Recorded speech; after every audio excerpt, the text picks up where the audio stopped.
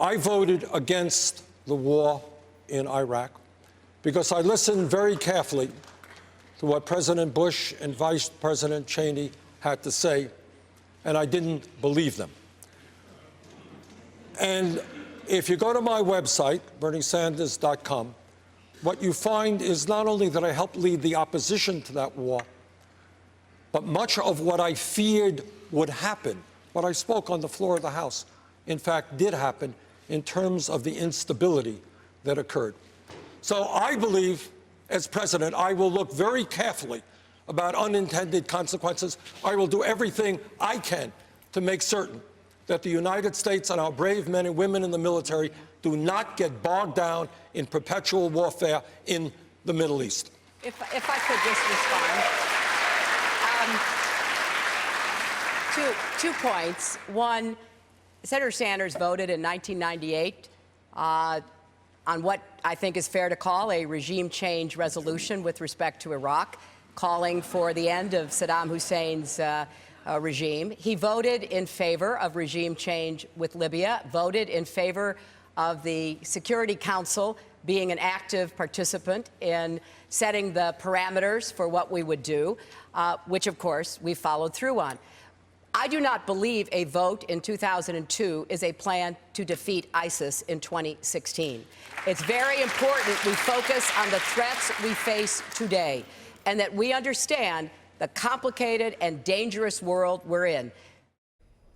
Lynda Tran, let me ask you about that. What's the takeaway there? I mean, look, I think we knew from the beginning that when the conversation turned to foreign policy, that this was going to be when Hillary Clinton really shined. And I think that that whole exchange was probably one of her strongest moments of the night. In particular, she was calling him out for answering a question about today's foreign policy challenges, again, by reiterating his vote on Iraq in 2002.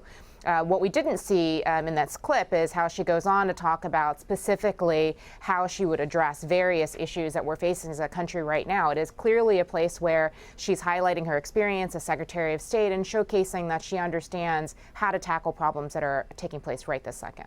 Leslie, from the Republican perspective, let me ask you, I know you're sitting there with Steve Chaggaris in South Carolina.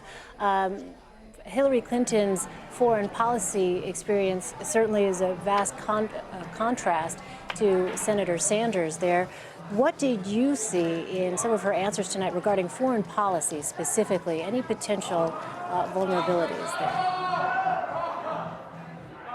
You know, it's interesting, just the juxtaposition of the two of them. I thought, I would agree with Lynda, it was actually one of her strongest suits. She had a better command of the issues. She certainly had a lot of bandwidth to cover her time in the administration, which is really the high mark. They can be perceived high mark. I think you're going to get, especially in a state like South Carolina, when it does come to the contrast with Republicans, it's all the issues of Benghazi.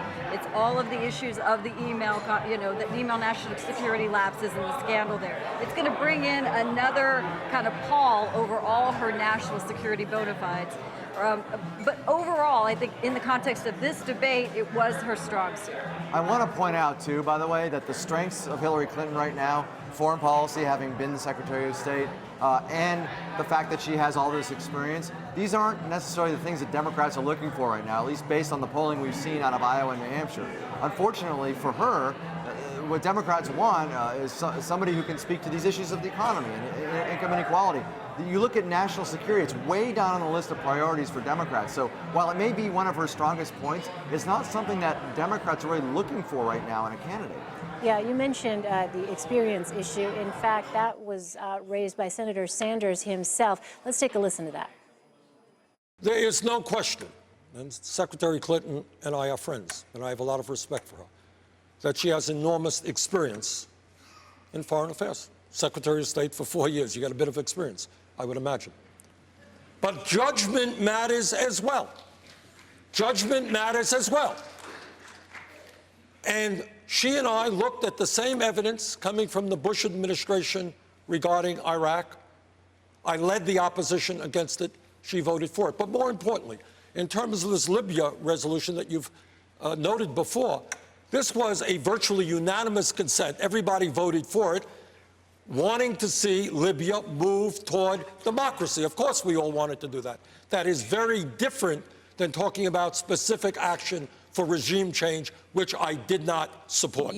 Look, I think it's important to look at what the most important counterterrorism judgment of the first 4 years of the Obama administration was, and that was the very difficult decision as to whether or not to advise the president to go after bin Laden. I looked at the evidence. I looked at the intelligence. I got the briefings. I recommended that the president go forward. It was a hard choice. Not all of his top national security advisors agreed with that. And at the end of the day, it was the president's decision. So he had to leave the Situation Room after hearing from the small group advising him, and he had to make that decision. I'm proud that I gave him that advice, and I'm very grateful to the brave Navy SEALs who carried out that mission. All right, let's get thoughts on that and final thoughts as well on the Dems. Lynda, let's start with you.